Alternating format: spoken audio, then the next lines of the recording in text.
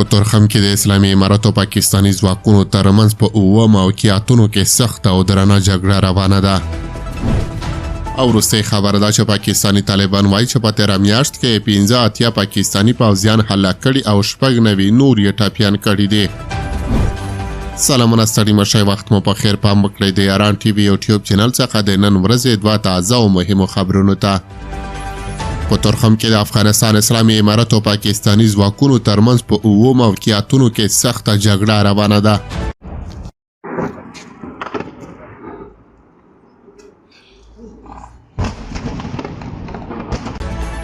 له تورخم څخه یو شمېر سرچینو ویلي چې نن د شپې ناوخته په تورخم کې د اسلامي اماراتو پاکستاني پلاساتو ترمنځ درانه جګړه پیل شوې ده. سرچینه زیاتوي چې په 7 ځانګړو موقعیتونو کې جګړه روانه ده او د درنو ډزو غږونه اورېدل کېږي.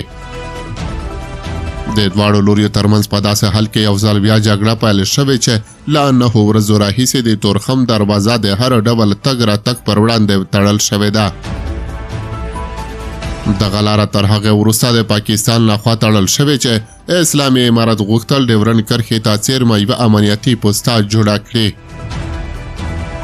د تورخم دروازې له تړل کېدو وروسته د اسلامي اماراتو پاکستاني چارواکو ترمنځ څو ځلې د دې لارې د خلاصېدو په تړاو خبرې شوې وې، خو دغه خبرې بې پای ته ورسېدې.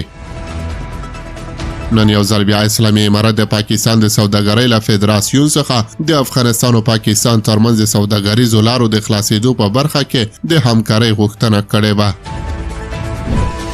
او وروستۍ خبر دا چې پاکستاني طالبان وایي چې په تېره یوه میاشت کې 15 پاکستاني پوځیان هلاک کړي او 9 نور یې ټپیان کړي دي. پاکستاني طالبانو TTP په یوه خپره شوې خبرپاڼه کې ادعا کړې چې په 13 فبرورۍ میاشت کې د پاکستاني پوځیانو FC ځواکونو ISI او نورو امنیتي ادارو پر ضد یې په 123 بریدونو کې 180 عسکرو ته ځاني زیانونه اړولي دي. د خبرپاڼې له مخې په دې 180 عسکرو کې 15 هلاک شوي دي، 9 نور یې ټپیان شوي او 6 یې ژوندي نیولي دي.